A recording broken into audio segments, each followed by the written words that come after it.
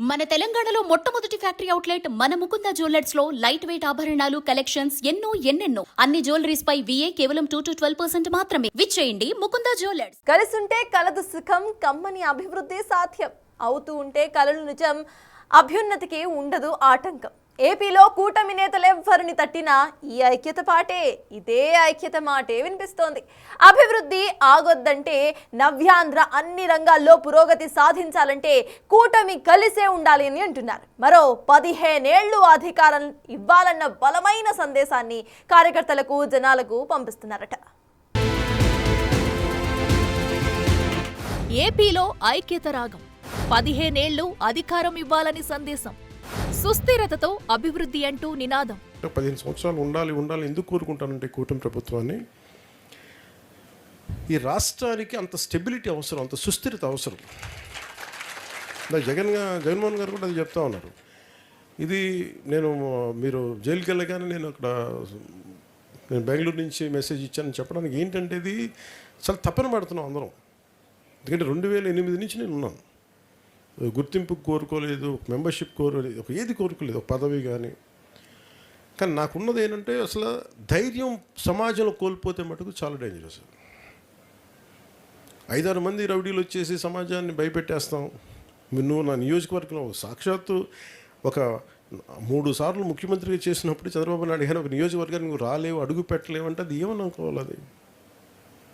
అది ఎందుకంటే అది ఒక చంద్రబాబు గారికి జరిగినట్టు కాదు. ప్రతి ఒక్కరు రేపు పొద్దున పంచాయతీలో ఉండి ఇంకో వ్యక్తికి జరగచ్చు.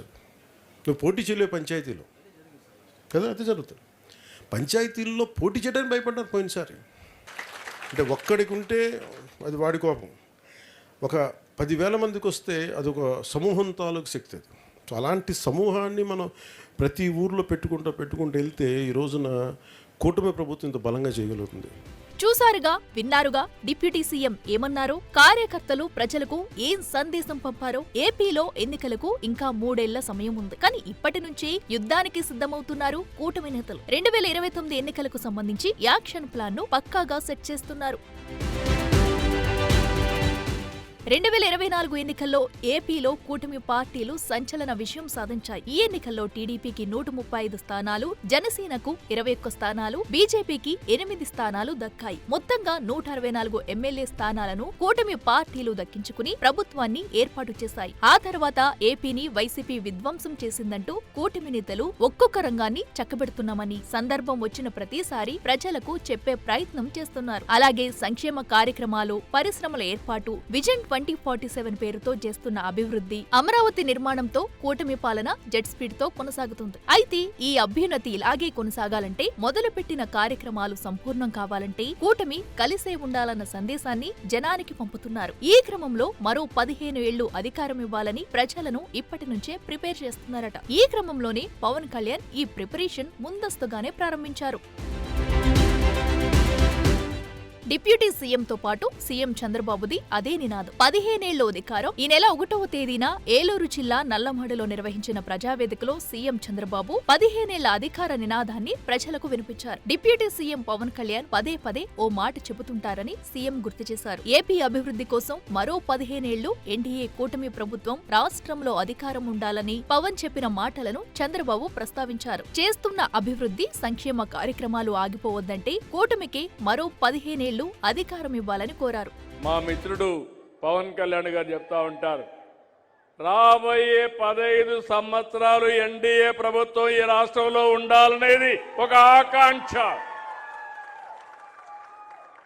ఈ ఆకాంక్ష అంటే దేనికోసం మీరు ఆలోచిస్తే, 9 సంవత్సరాలు నేను ముఖ్యమంత్రిగా 95 నుంచి 2004 వరకు ఉన్నాను. అప్పుడే ఆ పనులన్నీ అయినాయి.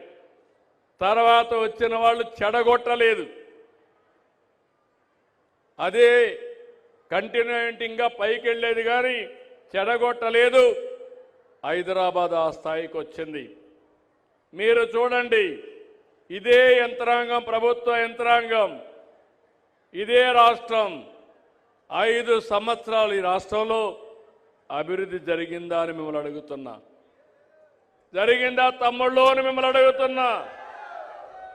ఆ 5 ఏళ్లకు, ఈ 18 నెలలకు తేడా కనపడుస్తూ ఉందా లేదా మీకు అని అడుగుతున్నా. కనపడుస్తుందని చేలు పైకెత్తండి. అది ఆ రోజుటికి ఈ రోజుటికి చూపించిన చొరవ. డిప్యూటీ సీఎంఏ కాదు, మంత్రి నారా లోకేష్ సైతం ఇదే నినాదాన్ని ఎత్తుకున్నారు. కూటమి మరో 15 ఏళ్లు అధికారంలో ఉండాలని ఆకాంక్షించారు. అభివృద్ధి కొనసాగాలంటే 3 టర్ములు ప్రభుత్వాన్ని ఏర్పాటు చేయాలన్నారు. సైకో పాలనతో రాష్ట్ర విధ్వంసమయ్యిందని, ఈ విధ్వంసాన్ని చక్కదిద్ది అన్ని రంగాల్లో ఏపీ శాశ్వత అభ్యున్నతి సాధించాలంటే డిప్యూటీ సీఎం పవన్ చెప్పినట్లు 15 ఏళ్లు ప్రజలు అవకాశం ఇవ్వాలని కార్యకర్తలు ప్రజలను కోరారు. ఈ పొత్తు ఏదైతే మనకుందో, ఈ టర్మే కాదు, వచ్చే టర్మ్ కాదు, రాబోయే 15 సంవత్సరాలు కలిసికట్టుగా పనిచేయాల్సిన అవసరం ఉంది. నాకు అన్న సమానమైన పవన్ అన్న కూడా పదే చెప్పారు, చాలా క్లారిటీగా చెప్పారు. కలిసికట్టుగా పనిచేయాలి.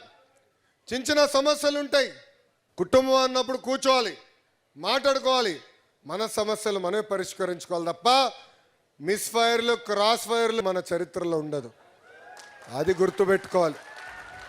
చూసారుగా, ఒకరి కాదు, ఇద్దరు కాదు, కూటమి ప్రభుత్వ పెద్దలంతా ఒకే మాట మాట్లాడడం హాట్ టాపిక్ గా మారింది. వేరువేరు ప్రాంతాల్లో వేరువేరుగానే నిర్వహించిన కార్యక్రమాల్లో పాల్గొన్న తమ సందేశం మాత్రం ఒక్కటే. వాస్తవానికి ఎన్నికలకు ఇంకా దాదాపు 3 ఏళ్ల సమయం ఉన్నా ఇప్పటి నుంచి కార్యకర్తలను ఏకం చేయాలనే ప్రణాళికను కూటమి అగ్రనేతలు అమలు చేస్తున్నారు. పదే 15 ఏళ్ల అధికారం సందేశాన్ని వారికి గుర్తు చేయడం ద్వారా కూటమి ఐక్యతకు ఇబ్బందులు రాకుండా ఉండేలా చూసుకుంటున్నారట. ఒక కుటుంబంలోనే అనేక వివాదాలు, విమర్శలు, తగువులు ఉంటున్నాయి. అలాంటిది భిన్నమైన సిద్ధాంతాలు, భిన్నమైన అజెండాలతో ఉన్న పార్టీలో ఇవి మరింత ఎక్కువగా ఉంటాయి. అందులోనూ పదవులు ఆకాంక్షించే చోట పలు విధానాలుగా నేతలు మధ్య విభేదాలు తప్పనిసరి. అలాంటి వాటికి చెక్ పెట్టేందుకే సీఎం, డిప్యూటీ సీఎం, మంత్రి నారా లోకేష్ పదే ఇలా హితవు పలుకుతున్నారట. 15 ఏళ్లు అధికారం అనే నినాదంతో ఒక రకంగా పార్టీ నాయకులను, కేడర్ను సమాయత్తం చేయడంతో పాటు మరోవైపు గుజరాత్ మోడల్ నినాదాన్ని ప్రజల్లోకి తీసుకువెళ్లే ప్రయత్నం చేస్తున్నారట. గుజరాత్ లో కంటిన్యూ ప్రభుత్వం నడుస్తున్న కారణంగానే ఆ రాష్ట్ర అభివృద్ధి సాధ్యమైందని వివరించే ప్రయత్నం చేస్తున్నారని టాక్. ఏపీలో కూడా కూటమికి 15 ఏళ్ల సమయం ఇవ్వాలని, దాంతోనే రాష్ట్రాన్ని అభివృద్ధి చేసేందుకు దోహదం అవుతుందని పదే నేతలు ప్రస్తావిస్తున్నట. సుదీర్ఘ కాలం పాటు పాలనలో ఉంటామని పదే చెప్పడం ద్వారా ప్రజలను కూడా మానసికంగా సిద్ధం చేయడం కూడా ఒక వ్యూహంగా అమలు చేస్తున్నారట. ఈ కూటమి ఏపీకి భవిష్యత్ అనే భావనను ప్రజల్లో బలంగా నాటుకునేలా చేయాలని లక్ష్యంగా పెట్టుకున్నారనేది పొలిటికల్ సర్కిల్స్ లో చర్చ నడుస్తుందట.